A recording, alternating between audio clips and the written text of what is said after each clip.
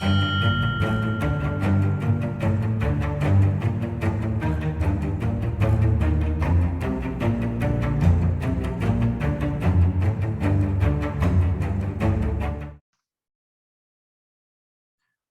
back, everyone, to another episode of the We Three Kings Wrestling Podcast.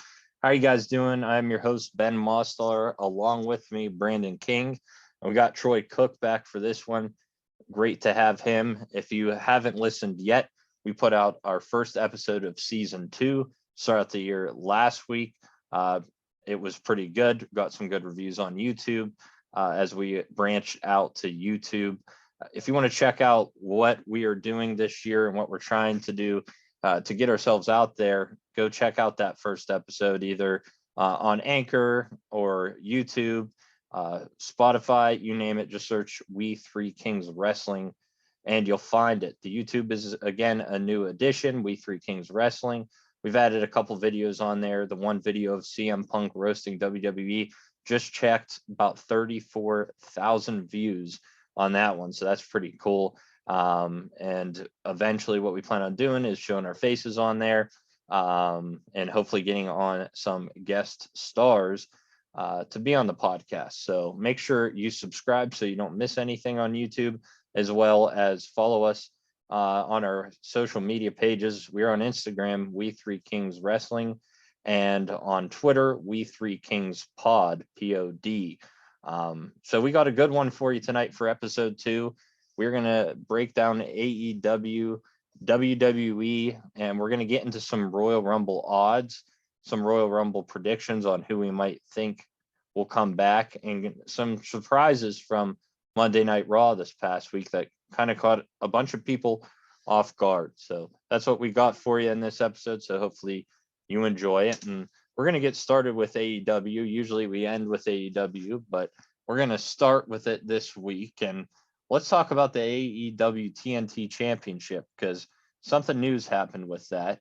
Cody Rhodes was out with COVID. He is the TNT champ. But the AEW decided to create an interim TNT title, which you figure, all right, Cody's probably going to be out for a while. That's why they want to do an interim. Well, Cody is due back this Wednesday on Dynamite. He was only out for maybe 2 weeks, if that. But in the meantime, they had Sammy Guevara taking on Dustin Rhodes at Battle of the Belts, and he ended up defeating him to get that interim TNT championship, and then successfully defended it this past Wednesday on Dynamite against Daniel Garcia. So Troy, I mean, what was the point of the interim title? What are your thoughts now knowing that Cody's back? What are they trying to do with this whole storyline, I should say? I think it was nothing more than a smack on WWE. And why I'm saying that is because a lot of people were complaining and moaning because they shifted Brock Lesnar to Raw for the pay-per-view instead of having him challenge Roman Reigns for the title, because Roman was out with COVID. And a lot of people were complaining because Roman wasn't stripped of the title. Now, again, he came back within a week or week and a half. So thank God I guess he didn't have it as serious as some people have. And with all of his medical issues prior to that, that's a godsend.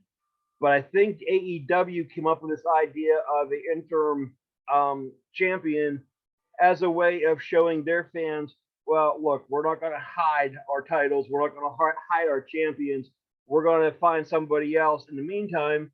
And then we're going to have a unifying match somewhere down the line to unify both of the titles.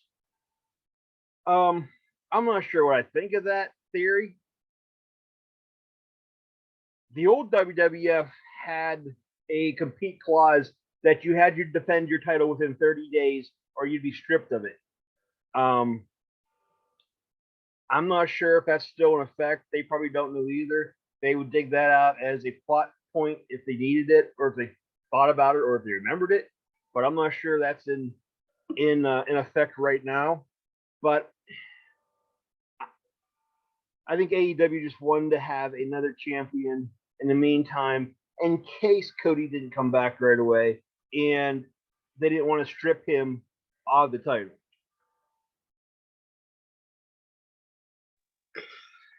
I feel that it honestly, I feel that it was pointless because my thing is this: there has to be. First of all, we all understand here that COVID is way past the storyline. It's a matter of life and death when you hear of the death toll that it has taken, especially since the pandemic started. That's another story for another time. But the interim champion, that makes us about it. It really that makes us about as much sense as the 24/7 title means right now. It doesn't make any sense whatsoever. So the fact that it was an interim champion, I don't like it at all because Cody Rhodes did not lose it. He shouldn't. And the thing about it is, it's a health reason. So there's no reason why, if that clause, were to pop up here, he should have been stripped of the title, and I'm not saying that's going to be the case, but I'm saying that, hey, listen, it's COVID. Just let that man have the title. Let him ride out. Let him do what he's going to do. He'll be back to try to figure out what to try to bring some prestige to that title. So interim championship, I don't feel it. First of all, we wish Cody the best, and it's great news that he's coming back. But I honestly think they did it because I think they made a mistake. The crowd has been booing and hating on Cody Rhodes for a while now. And when they announced that Cody was going to be back last night on Dynamite, the crowd started booing again. My thought is that, one, all right, maybe we thought Cody was going to be out for a lot longer, so we were going to have an interim title holder. But also, I think maybe it's led to Cody isn't being won over by the crowd, so let's put it on somebody else and find a way that they can keep it, such as Sammy Guevara now that holds it. Maybe they'll have some sort of match to determine, okay, we'll put these two together again and wrestle, and the winner of the match will be the true TNT champion. I think it's a mixture of both, but I thought it was very, very weird that they had an interim champion, because you really don't hear about that. If somebody's going to be out for a long period of time, they're going to drop the title, such as, Becky Lynch did. Obviously, it was for different reasons, for having a baby. But if you expect to be out for, like Troy said, over 30 days, or you have to defend it in the 30 days, then just drop it and give it to somebody else. An interim title holder, not sure about that. But I think it's a little bit of possibly AEW screwing up. The only time I remember something like this happening before was back, I want to say 93, 94, somewhere around there. Shawn Michaels was the Intercontinental Champion, and he was written off TV, I believe, with an injury where, in all honesty, I think he was suspended for steroid use. So there was a battle royal on Raw, and the two final combatants ended up meeting the next week for the Intercontinental title, which ended up being Rick the Model Martel and Razor Ramon. When Shawn came off of suspension or whatever his problem was, I don't remember for sure, but when he came back, he claimed that he was the rightful IC champion and that Razor wasn't, and that led to a match at WrestleMania 10, I believe, where it was touted as the first ladder match where they hung both Intercontinental Championships of the ring, and the winner claimed both belts, and one of them was ultimately retired, and it ended up being Ramon that won the match, which I believe was match of the year for Pro Wrestling Illustrated. But that's the only other time that I remember there being basically two of the same championship belts floating around. Good facts. And yeah, it's not something you see very often. And again, not sure what the purpose of it was, whether AEW thought that they screwed up with putting the belt on Cody, whether they thought Cody was going to be out for a long time, or they just wanted to add some sort of storyline to the mix. Who knows? But Cody will be back next week on Dynamite, and we'll find out what happens then. We saw the return of Lance Archer on Dynamite this past week, and he came out to the ring appearing to be attacking Dan Lambert, but instead attacked Adam Page, who was in the ring. And now it looks like he might be the next challenger for the AEW championship. So, Brandon, what do you think about Archer versus Adam Page, if this is in fact what's going to happen? And also, I kind of just want to talk about Adam Page for a minute, because we haven't really discussed him as a champion. We've seen him just take on Bryan Danielson since he's got the title, but also, what are your thoughts on him as the AEW champion so far? Because when I was watching last night, I just thought, okay, this is the champ. This is the guy that's carrying this brand. And unlike WWE, there's other main characters that sometimes are bigger than the AEW champion. Whereas in WWE, if you're the WWE champion or the Universal champion, you're carrying that brand. That's not so much the case for AEW. So how do you feel about Adam Page so far as the AEW champ? I think Adam Page has done the AEW heavyweight title just due. I think he's doing very well as the champion. Like to see him be champion for a little bit longer. He has a good ring set and skill set that is phenomenal. So I'll say that. As far as this rivalry goes, this could be something interesting, because you've got the power versus the explosive power and finesse. So you got all those variables being mixed up together. That should be an interesting matchup between these two guys. And I'll tell you what, it's worth looking at. It's worth examining. We'll just have to see where it goes from here. Hopefully they build it up right. Hopefully they do it right. But if they do, it has the potential to be good. But as far as Page right now as the champion, I'm good with it. I like what he's doing right now. Just would like to see him go a little further. I love me some Murder Hawk. I love the whole premise right now. My only question is Archer aligned with Dan Lambert, or did he just come out to go after Page? That really I don't think was fleshed out last night. Now I'm sure they'll get to it down the road, but I don't understand where that was heading. And if that's the case, that leads me to the next question: where's Jake Roberts? Because Jake Roberts has been his manager, I think, since the beginning of AEW, if not close to the beginning of AEW.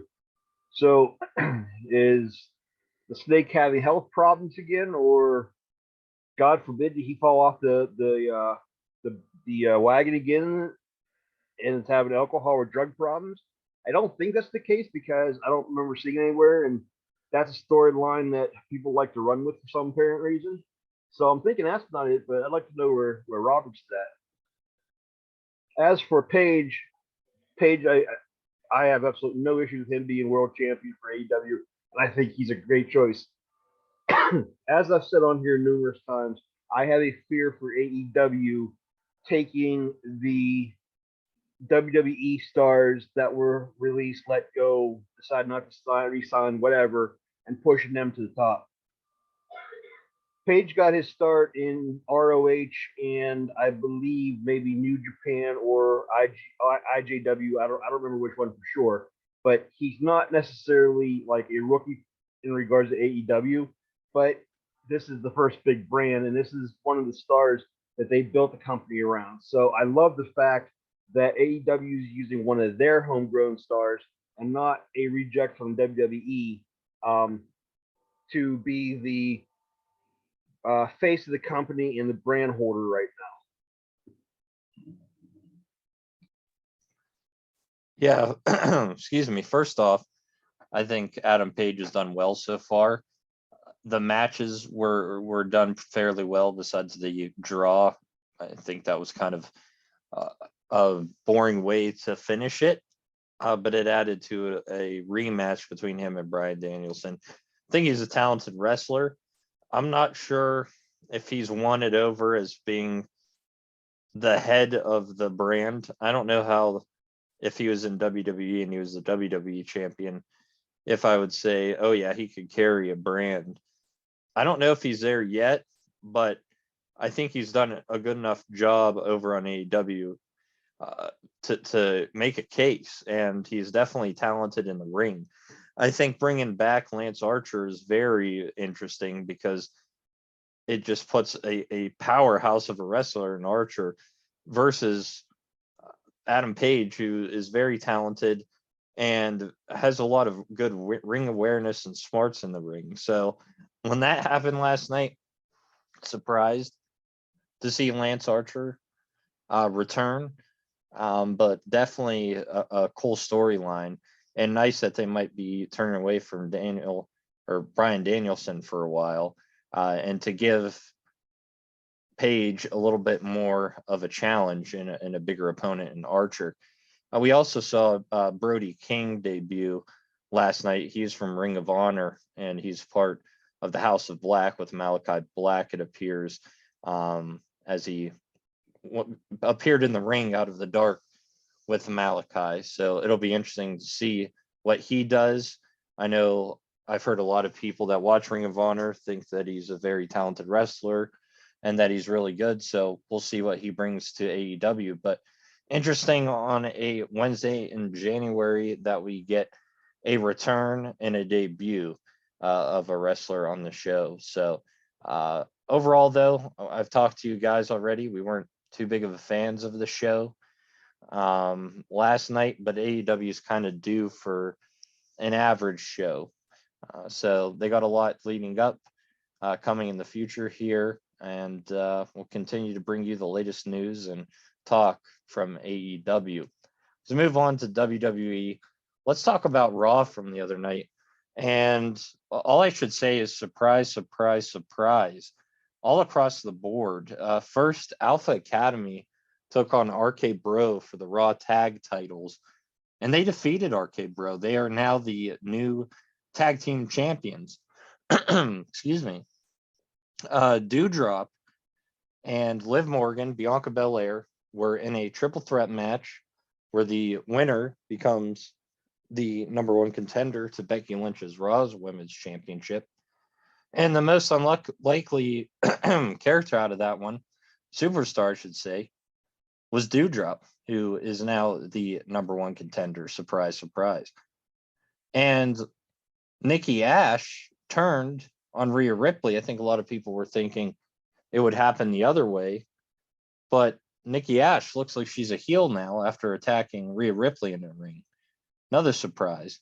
Lastly, Alexa Bliss, not really surprised, but she did return to Monday Night Raw in a therapy session as her crazy, dark, wacky character that was carrying around the Lily doll, throwing and breaking stuff in this therapy session. So we took to Twitter on our page, and if you're not following us, that's We Three Kings Pod, and we asked what was the biggest surprise to our viewers from Monday Night Raw, and 55% of the vote said that it was the Alpha Academy becoming the new Raw Tag Champions. So, Troy, do you agree with that? Out of everything we saw Monday night, that was the biggest surprise?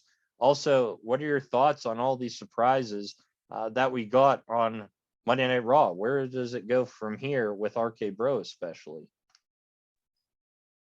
I'm not surprised that Alpha Academy beat RK Bro. I'm surprised that it happened now. They've had some build up and some teasing of the tension between Randy and Riddle, but I really wish they would have built it a lot further and a lot longer.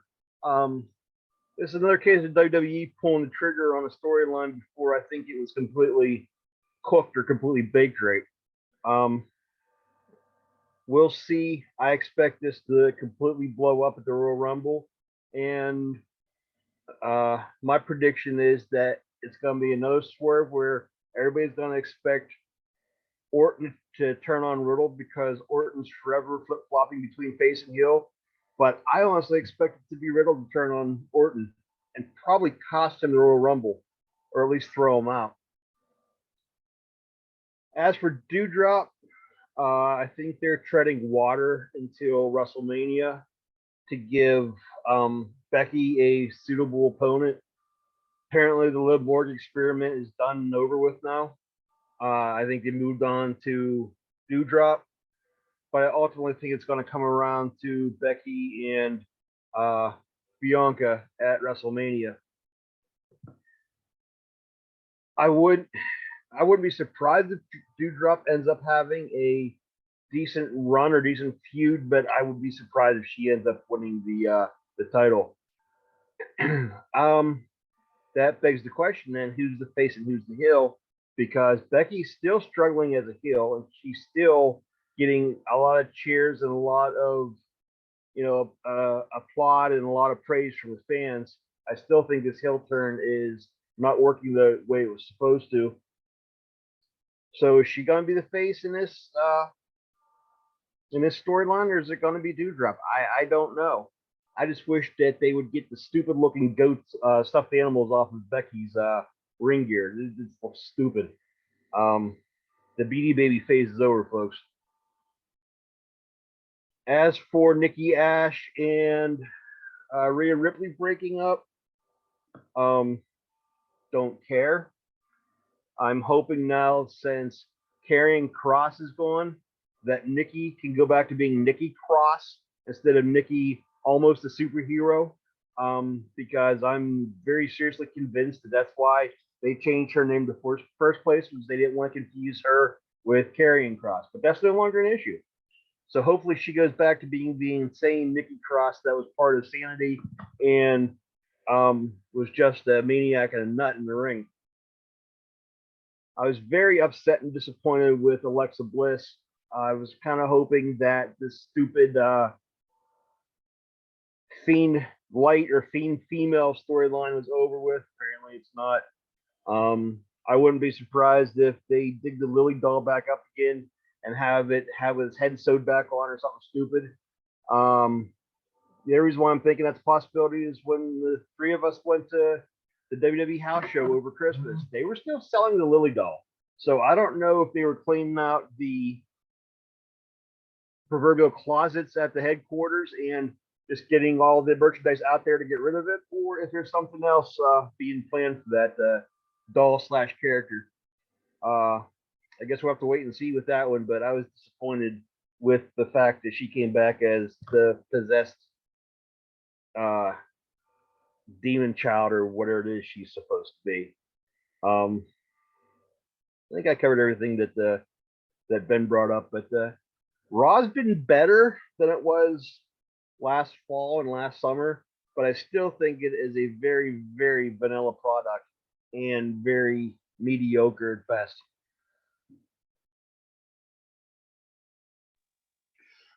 Oh, wow. Where do I start, man? Because Troy covered everything so well. Appreciate that.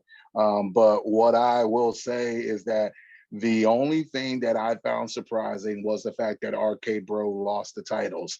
My issue is you did it too soon. What have we always talked about on this podcast since day one? It's too soon. RK Bro should have never lost the tag titles. I'm sorry. They had something going. The merchandise was rocking. The merchandise was popping and everything. You took it off of them way too soon. I've got an issue with that. I've got an issue with the fact that that a tag team that was meant to rise to the occasion, rose to the occasion. They were still in their prime. They were still in their stride, and you took the titles off of them. That's dumb. It's also dumb the fact that Alexa Bliss came back and nothing changed. Nothing. I feel that WWE is just going around in circles because there's nothing fresh going on at Raw. I'm sorry. That's how I'm looking at it. Nothing fresh is going on at Raw. I'm falling asleep trying to watch it.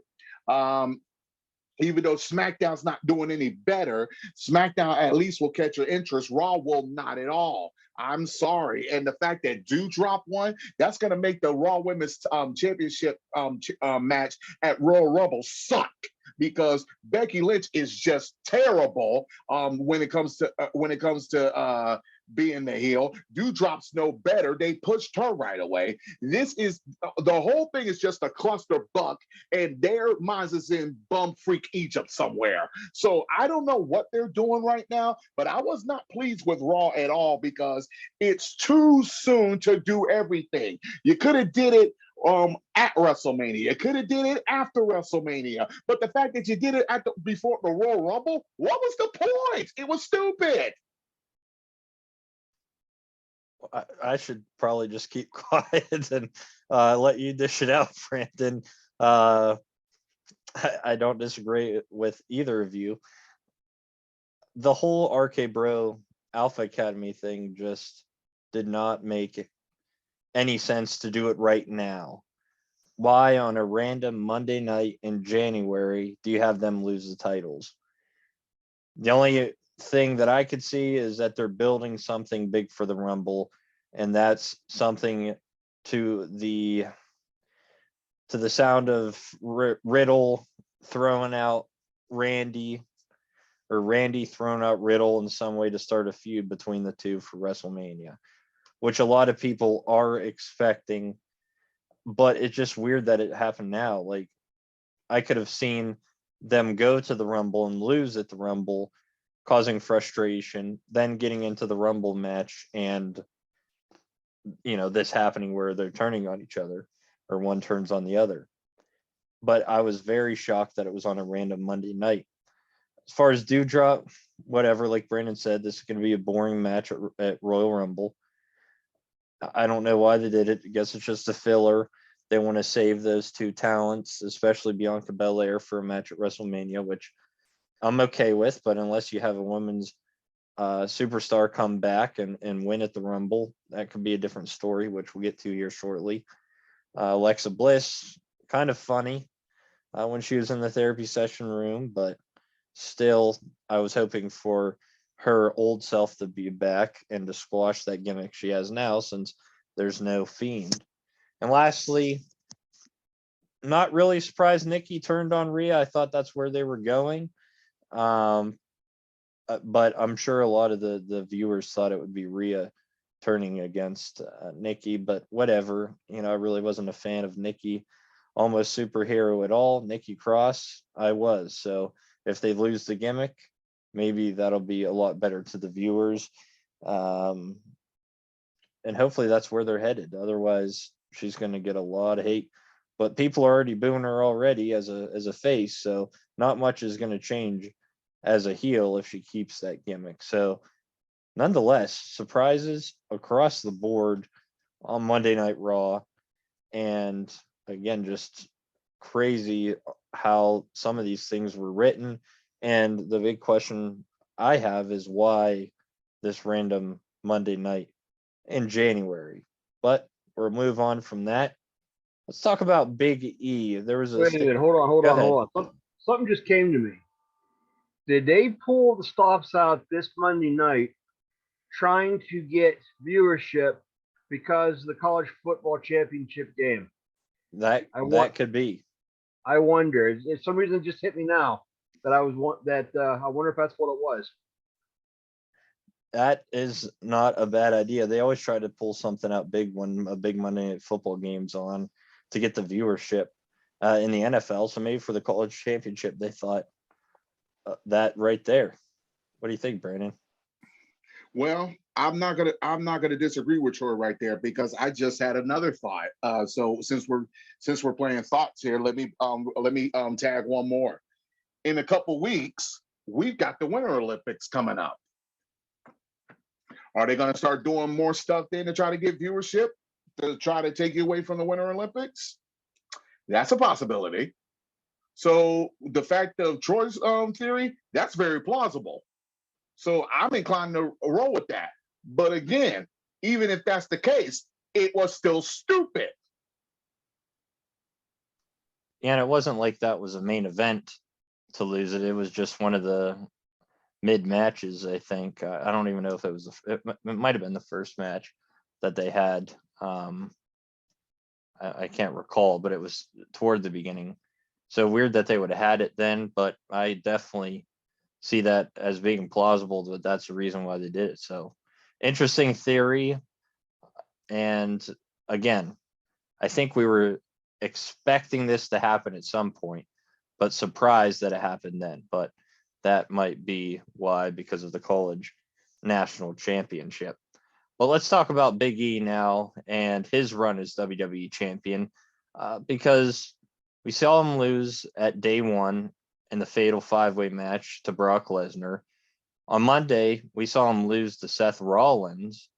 And Big E came out with a statement to WWE stating, and I quote, "My hope was to knock it out of the park, and I fell a bit short. I'd be lying if I said I wasn't disappointed to see it end that way."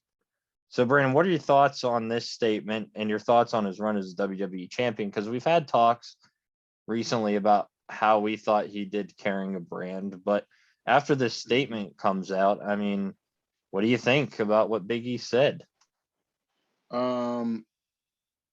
First of all, I might get a little deep in what he said, so forgive me for where I'm going. I thought Big E was very honest and very upfront about his title run. I truly believe Big E deserves another chance at the title run. With that being said, when Big E gets that chance, he's got to make good on it. I think it was Big E was just going through the motions. Oh, I'm the champ, I'm the champ, I'm the champ. And I don't think Big E took the opportunity to smell the roses and knew what the responsibility was of being that champion. But I'll say this and a lot of people may think Big E may not be getting another title shot again. I wouldn't go that far, ladies and gentlemen. Big E is a pillar. Big E is one of the pillars when it comes to championship and being there. So Big E's gonna get another run. I truly believe that with all my heart. I believe he's gonna get another run. Again, the only thing I would just submit to him, if he was sitting across from me, I would just tell him to make good use of that run. As you are aware, champions dime a dozen. And anytime you get a chance to be in a championship fight, that's big. And you definitely don't want to squander that opportunity in your championship, aspirations. But the fact that he wasn't pleased with it speaks a lot of volumes, because it says to me that he could have done a whole lot more and he could have did better. Yes, I know it's script writing. Yes, I know all of that. But this is something Big E took to heart. And the fact that he took it to heart and really took it seriously, my hat's off to him. Hopefully he gets that title back, whether it's the WWE heavyweight title or the universal title. I don't care which one it is. Big E is championship material. He definitely deserves another shot at it. I just hope he really does better this time than he did last time. I'm going to go at it from another angle. WWE mishandled this whole thing from the very beginning. First off, he should never have been the world champion. He should have been the universal champion. He should have stayed on SmackDown where he was, and he should have been the one to go after Roman Reigns. Why they moved him to Raw, I'll never know. As we've said over and over again on this podcast, the stuff writes itself, and they had a feud of the ages brewing between the New Day and the Bloodline. And when Big E was removed from the equation, and they just had Woodsy and Kofi go against the Usos, been there, done that numerous times. But we've never actually had E go after Roman, and that's what should have happened. Some reason, I don't know why, but it seems like WWE got cold feet on on Big E right away. They didn't give him a chance to be the face of the brand. They didn't give him a chance to flourish. They didn't give him a chance to be himself and be the dominant person he was, or is, put that way. They gave Bobby Lashley more of an opportunity than they gave E, and unfortunately, last year I don't think he cut a promo to save his soul. At least Big E is almost the title, almost an entire total package. Sorry, Luger, for that one, but that's how I feel. Uh, will he get another chance? I hope so. I hope this isn't a one and done one. If you've listened to this podcast for any length of time, you know that three of us have been behind Big E for a very long time. And we thought even last spring, when they were trying to figure out who to throw at Roman, that it should have been Big E. Um, there was numerous people who jumped in front of him in line, including Daniel Bryan when he was still there, Edge, Braun Strowman, numerous people that stepped in front of the title shot. John Cena when he came back before Big E. And unfortunately, when he finally got his chance to run with it, they pulled the rug out from underneath him right away. And I feel horrible for the man for that fact because I think he does have more to offer and he could be a face of a brand. I'm not sure if he could be the face of the company, but he could definitely be the face of one of the brands if he was given the opportunity to run with the ball and the opportunity to show what he is and show that he doesn't need New Day. Because honestly, it looks now like he can't do anything without having New Day, and that's sad because he's a hell of a performer on his own, and he does not need his sidekicks as they have become to help him shoulder the load. He can do it all by his little lonesome.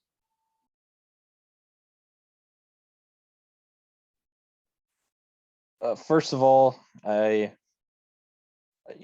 Brandon said, applaud Biggie for coming out and putting his foot down and saying, like, look, this is exactly how I feel. I feel like I didn't do a good job as champion, that I could have done more. I think a lot of that might have been taken out of his control. But I also kind of agree with it. I think that he has the potential, but it wasn't there for me these last few months as him being the champion. He just didn't carry it for me. And I honestly think that they waited too long to make him champion. We again had been saying for so long, it's got to be Big E next. It's got to be Big E next. And time after time, nope, not now. Nope, not now. And throwing other superstars in there. And I think once it got to him, like, hey, look, I'm the champion now, it just didn't click. It didn't work. And Lesnar is always going to be a guy that people are going to see as a face of a brand, more so a champion, because he's a dominant force. But Big E had that potential, and he just didn't carry it through. I don't think that this is the end of his run. I could see him drop back a little bit maybe and go after a US title or Intercontinental title until they want to give him the push again. But maybe the push is coming sooner than we think. We'll talk about the Rumble here shortly and how the odds are in favor of Big E. But again, I think it's just big of him to come out and say that and say, look, I wasn't the best champion. I probably could have done better. But how I look at it is maybe WWE didn't give him that opportunity, and they probably waited too long to put that title on him. Now we'll have to see if they give him another shot. But as we move on from that, let's talk about the Royal Rumble before we end the show. And we're not really making any predictions, but they did come out with the odds on who they think could win the Rumble. And we'll get to that here to end the show. But first, there's an article and a lot of rumors that are going around in WWE. This one was from Sportskeeda, saying WWE is attempting a forbidden door entrant into the men's Rumble this year.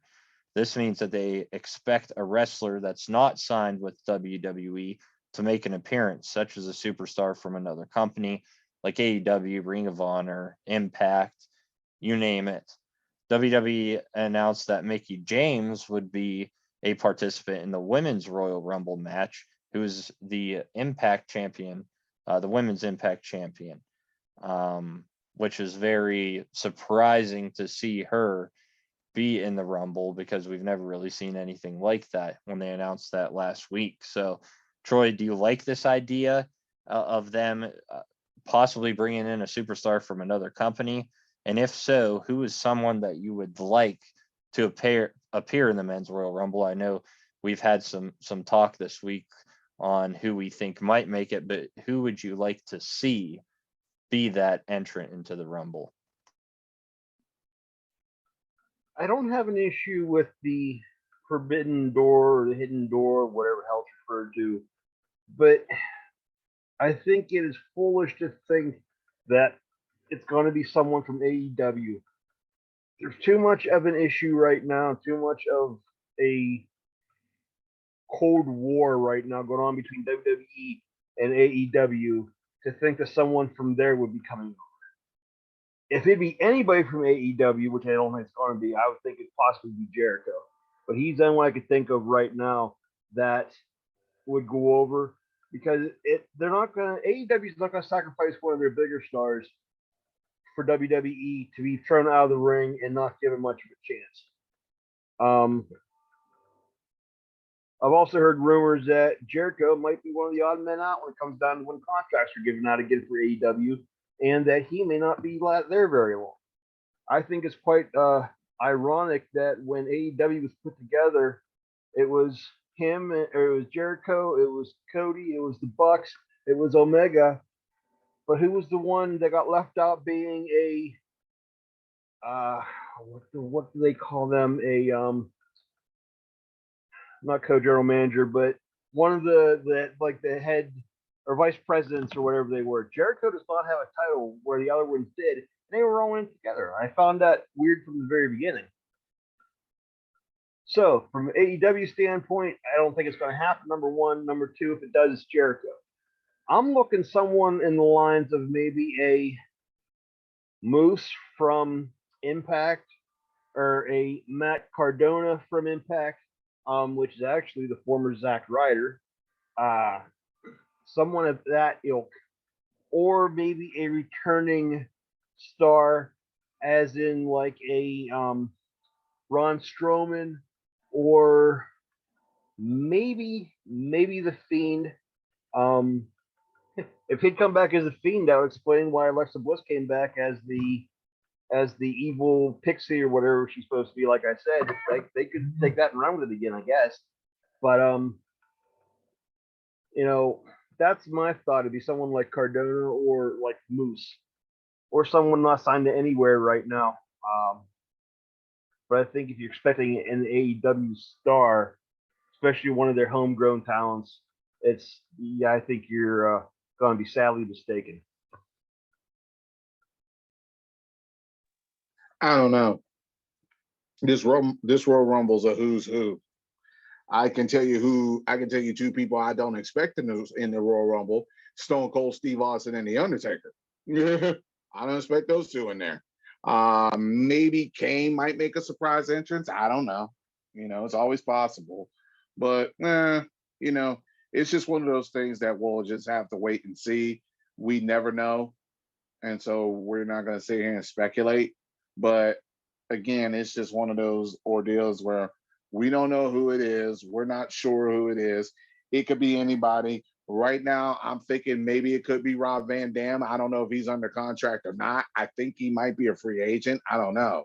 But I don't know who's going to be the surprise entrant. There's only one way to know, folks. You gotta tune in and watch.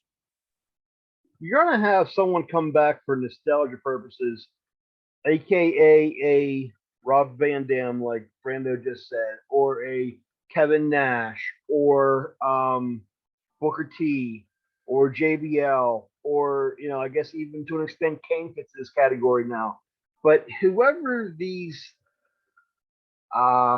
guest or mystery wrestlers are, or how many there are, one or two or whatever, I don't expect them to make as much of an impact as to be taking serious about being a contender for the win and to go on to essentially headline WrestleMania. You might get people that's going to raise some eyebrows and be like, "Oh wow, I didn't expect that," but it's not going to be anybody that's going to, in the long run, make a difference. Yeah, first of all, I love this idea if they roll with it. I was very surprised to see Mickey James being thrown in there, but I love it. I like how they're possibly branching out and bringing in other superstars to the Rumble. That's the one thing about the Royal Rumble that I love, and why it's probably one of my favorite events of the year, is because you never know who's going to be in it. You never know who's going to show up. So it's always something new. It's a surprise. And I love that, because a lot of times WWE is predictable and we know how the outcomes are going to happen. But with the Rumble, you're like, okay, maybe we know a favorite of who might win the Rumble, but who also could be thrown in there uh, in the match. So if they add this, if it's AEW, I'm hearing that Jericho or Christian would be the favorites, but and there is rumors that WWE and AEW have had talks about doing some events together. But at this point, I think they're competing too much for somebody like a Jericho or a Christian to come back. Now, since they've already really branched out to Impact and possibly Ring of Honor, Moose is a big name that I'm hearing as well, because he has had some kind of back and forth on Twitter with Roman Reigns. And Cardona, I'm hearing as well, as Troy said, that he could appear. He's still friends with a lot of those guys. Or it could be somebody like a JBL or a Kane, or somebody that's not signed with anywhere that's going to make a return. So I think that's the joy of the Rumble, though, is that you don't know who could show up. They always announce some, but there's always a few that are surprise entrants. And if you expand it with the Forbidden Door, then the people that could be in the Rumble are just endless. We could sit here all day and name names, but we're not going to find out, like Brandon said, till you watch the Rumble match. So I like what they're doing with this, and I hope that they go forth with it. I can see two wild cards. I can see John Cena. I can see uh, The Rock as possibilities. But beyond that, that's the only two people I could see them bringing back that could potentially make an impact into the outcome of the match itself. Anybody else is just going to be window dressing, and it's just going to be, basically icing. It's all, and gravy is all it's going to be. Yeah, there's going to be some wrestlers that just show up that have no chance of winning, like Carlito last year, and others in the past, like Boogeyman, that have returned, that are just there and they're going to get eliminated, like Johnny Knoxville being in this year's Royal Rumble. There's always those participants, but if you get a guy like Cena or The Rock to return, they have potential to win the whole thing. So those names are always thrown out there. And when we take a look at the odds here in a second, we'll see what the bookmakers feel, or who they feel could make a return. Who are the favorites? Who are some surprises? So let's take a look at that now. And first, we'll start with the men's Royal Rumble. Now, there's a ton of wrestlers that they list, probably 50 some with odds, but I'm just going to read off the top 10 for the men first. We'll break that down, and then we'll go to the women's. But for the men, your top 10 are Big E, number one at 7-2 odds, followed by Brock Lesnar and Drew McIntyre at both 4-1 odds, which is interesting to me that they're going to put Lesnar there, as he's the WWE champion. Roman Reigns, 10-1. Again, why, if he's the Universal champion? Here's where it kind of gets interesting on some people. AJ Styles at 12-1, the fifth favorite. That I think that's an interesting pick. The Rock is at 6 out of all the people. The Rock, 14-1. This one is just, I just don't see this happening at all, and surprised they have him at the odds here. Omos, 14-1, the seventh best pick. He's even ranked better than Bobby Lashley, who's behind him at 16-1. Seth Rollins, 18-1, and Finn Balor, 20-1. Some of the surprises outside of the top 10 that they have: John Cena, 25-1, Braun Strowman, 33-1, Bray Wyatt, 40-1, Samoa Joe, 40-1, Gable Stevenson and Tommaso Ciampa, 50-1 each, and Mick Foley, Stone Cold, Undertaker, Shane McMahon. Don't even know why any of those guys are listed, but they're there at 100-1. And Vince McMahon, dead last at 250 to 1. So again, Brandon, I believe you have the list in front of you, but Big E, Lesnar, McIntyre, Roman Reigns, Styles, Rock, Omos, Lashley, Rollins, Balor are the top 10 favorites to win this year's Rumble, as well, again, some outsiders. But who do you think is the best bet to win this year's Royal Rumble? If you had to wager, we're going to become gamblers for a minute. If you had to wager, who would you put your money on? And secondly, who's one of those surprise odds? Like, you take a look at maybe John Cena at 25 to 1. Who could you see surprisingly win the Rumble at some higher odds? The person who should win the men's Royal Rumble should be Big E. That's number one. If we're going with surprise, it's obvious it would have to be John Cena. I mean, that's just as easy as I can put it. I really can't see anything else other than those two guys winning, because we already know Seth Rollins is challenging, or Seth freaking Rollins, I should say, is challenging Roman for the Universal title. We know how that's going to go. So I say Big E should win. John Cena may be the surprise entrant and the one who wins it. But again, we'll see. If Roman Reigns or Brock Lesnar wins, I'm thinking that's going to be indicative that they're going to be combining the titles. They're going to have one overall champion and maybe even the end of the brand split. Because that would be the way to going about it, is if one wrestler who already holds a championship wins, then they can go after the other champion on the other brand to unify it. That being said, the oddball contender, someone that I could see winning. Honestly, I could see, and I brought it before, either The Rock or John Cena. I would like to see it be Cena, to be honest with you, because I don't think he got a fair run this summer, and summer Cena storyline with him and Roman. I thought it was just very short, number one, very half-baked. I just wasn't very happy with it. So actually, I'd be sort of content seeing it being Cena. If it's The Rock, I wouldn't be surprised per se, but I still think they're going to hold off on The Rock until next year at WrestleMania when it's in LA. And that just fits everybody's plans and everybody's scheme that much better.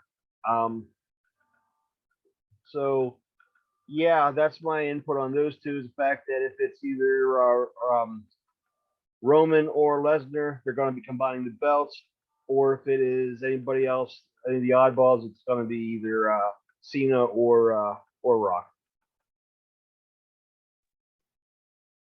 So I like Lashley at 16 to 1, and here's why. I think that Lashley's going to lose to Lesnar at the Rumble, and this match is going to be one of the opening matches, if not the opening match, in my opinion. The men's Rumble is always the last event of the night. I think Lashley's going to get irritated that he lost to Lesnar, and he enters himself into the Rumble and wins the thing so he can challenge him back at WrestleMania. Because I think that these two going at each other would be fantastic. I think they will do well in the ring together. I like how they both have advocates and MVP and Paul Heyman. I think there's a good storyline there, and Lashley has wanted this for a long time, to take on Brock Lesnar, and he finally gets it. So I think that is what I'm looking at for the men's Royal Rumble. I also don't mind AJ Styles. I thought that he would be up in the top 10, and there he sits at 5. Now that they pulled him away from Omos, I would love to see him possibly win and give him one last push, especially since his contract will be ending soon with the WWE, and he says he's not signed anywhere else. He's done. It'd be cool to see him get another run. Now, do I really see him match up against Lesnar or Roman? Well, not so much. I see him more on the lines of Damian Priest for the U.S. title, and I've been waiting for that matchup for a while. But I'd also be happy for him if he won the Rumble. But what my thought process is that Lashley loses to Lesnar, and he enters himself into the Rumble and wins the Royal Rumble. Last year, he was the champ at this time. Now he can go win the Rumble. I think Big E as being the favorite is obvious because he just was the champ and they want to give him another push. But I just don't see them having him win. I think he'll have a huge impact in the Rumble. I think he'll be one of the final contestants, but I don't think he'll win. Now, if we're looking from the outside at some of the surprises, John Cena, I don't think he returns here. But if he does, a potential to win it all. Braun Strowman is a name that I'm really looking at to make a return in this year's Rumble. And if that's the case, he could have potential of winning it. Of course, Bray Wyatt, my favorite, the Fiend. If he shows up at the end of that Rumble, the lights go out. If the lights go out, we know Fiend's coming back. And if he wins, that would be crazy because you have a storyline there between him and Roman Reigns, because Roman Reigns won the title off of the Fiend. The last Universal Champion before Roman Reigns was the Fiend. And I think that would be a good storyline. He comes back and he wants his title back. By the way, Roman Reigns 500 days today is champion. So that's the last time we saw the Fiend as champion. You have a good storyline there, but a lot of the news articles are saying that he is not really looking to come back to wrestling at this time. Maybe he makes a jump at the Rumble as a surprise, who knows?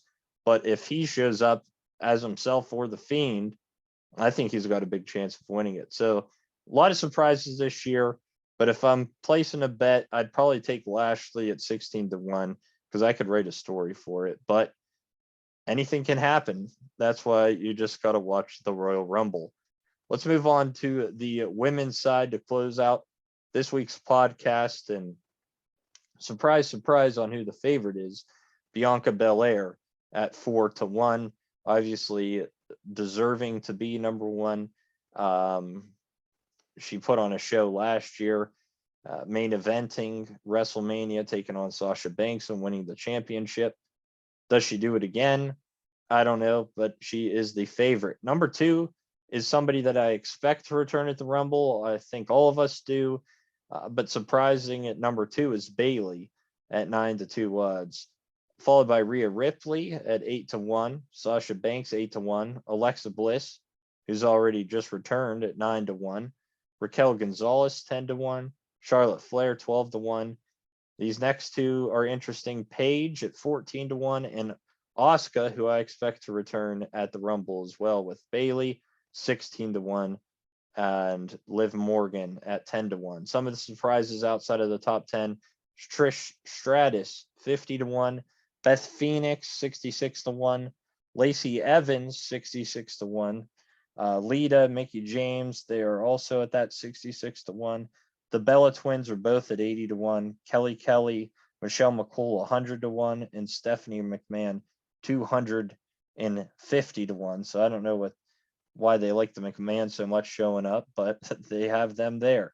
So Troy, we'll start with you. Belair, Bayley, Ripley, Sasha Banks, Alexa Bliss, Raquel Gonzalez, Charlotte Flair, Paige, Asuka, and Liv Morgan are your top 10. Who do you think is the favorite, or who would you put your money on at the odds to win the Rumble? And how about a surprise, a higher odd wrestler that you could see winning the Rumble? I would not be surprised in the least if Bianca Belair wins it again. She seems to be everybody's favorite. She's a hell of an athlete. She has speed. She has strength. She has everything. She is the EST. So I would not be surprised in the least if she's the one that wins the Royal Rumble. Female version, that is. The oddball, I guess Trish Stratus would be the only one I could think of that I could see honestly winning. Because what you've got to take in consideration for both the men and the women is this is going to be the winner of this is going to be put into one of the main events at WrestleMania. You've got to have somebody that's going to draw. That's why I don't think Big E has a shot at it on the men's side, because they're already complaining that he wasn't a draw as champion. So why put him into a main event match for WrestleMania when they already have a bad taste in their mouth for him? that goes second for Liv Morgan. I don't think she's going to get a push because she has already shown that she's, in their eyes, in their opinion, she's either not ready or not capable of being a main eventer or being the face of the female division. So I think that rules her out right away. I was very surprised from what Ben was reading that Raquel Gonzalez is ranked higher than uh, Charlotte Flair. Charlotte Flair, Becky Lynch, um, Sasha Banks, uh, Bailey, the four horsewomen, they will always be contenders for the title in some size, shape, or form. So you could pencil them into any main event and make it work. So I could also see maybe Charlotte being pushed yet again and being the one to win the Royal Rumble. But I still think it's going to end up being Bianca Belair.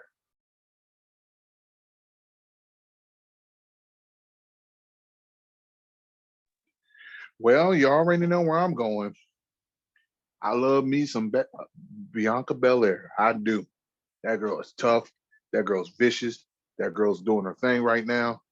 Montez, man. No, I'm just playing. Listen, Bianca should be the one to win it. Surprisingly, this is gonna sound crazy. The shocking thing would be, what if Lita won the thing as a surprise, or what if Mickey James won it as a surprise? We'll never know, So it's just one of those things. Like, we just have to wait and see. But right now, I'm saying I think Bianca will win it. But my surprise, the one who will win it by surprise, I say Lita. So I agree with the favorite in this one, Bianca Belair, because she's definitely a fan favorite. She can headline WrestleMania, as already shown. And if you take a look at Bianca Belair versus Becky Lynch, I think they could put on a phenomenal match. The two wrestlers I see in the top 10 that I would put my money on and that I could see happen is Bailey, and Bailey coming back as a face to take on Charlotte Flair. I could also then see Asuka coming back and taking on Becky Lynch, because Asuka got the title from Becky Lynch when Becky Lynch was going out on maternity leave. So I could see that storyline playing out, like, hey, look, I'm back and I'm coming for the title that you gave to me. I'm getting it back. So I could see two storylines there. Those are probably my two favorites to win it and surprises to win it this year. Liv Morgan, she's my girl. I just don't see her winning the Rumble. I think that she's, and I say it all the time, I think she has improved as a wrestler over the years, but I just don't think that they're gonna to make her win.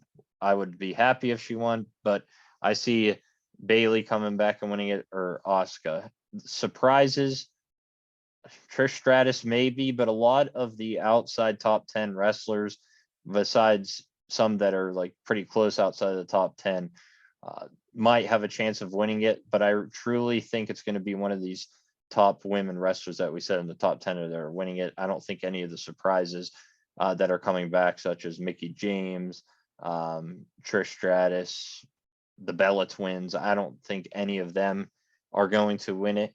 I'm truly sticking to either Bailey or Asuka, and you can't roll out Bianca Belair again just because we know what she can do and she is deserving of it. So the men, a little bit more, I don't want to say predict, I should say tougher to predict for the men, because there's a long list of names that you could say has a chance of winning and that are always going to compete every year. As far as the women, I think it's pretty cut and dry on, there's probably 4 women that I could see winning it, and it's going to stay like that. So let us know what you think about these odds and who you would bet to win the Rumble. What kind of odds do you like? If you're a bettor like I am, who would you put your money on to win? You get some good odds there, I think, on both the men and the women, but mainly the men. You can make some money if there's some real gambling here. But that is our episode 2 podcast. So hopefully you guys enjoyed the episode. If you did, make sure to like and subscribe over on YouTube, We Three Kings Wrestling. Also, we are on an Anchor. You can listen to us on Apple Podcasts, Spotify, anywhere you get podcasts at We Three Kings Wrestling. Over on Instagram, We Three Kings Wrestling, and on Twitter, We Three Kings Pod. I'm going to be posting a lot on Instagram, a lot on Twitter now this year. Twitter, I'm going to do a Twitter poll every week to try to get some responses from the viewers, just as I did with the surprises on Monday night. So make sure you go follow us on those platforms as well. We really appreciate the love and support. We're going to try to give it back this year if we can. Try to do some giveaways, maybe even get some shirts out, and try to get some wrestlers on here, some guests onto the podcast to do some interviews. I think that was probably the biggest and coolest thing that we could do this year, and it all comes down to your support. So what can you do to support? You just simply listen, share our podcast, and like our content, subscribe on YouTube. That all helps, just one click of a button. So we appreciate it. We hope that you have a great rest of your week. We will be back next week talking more wrestling, and we hope to see you then. Have a good one.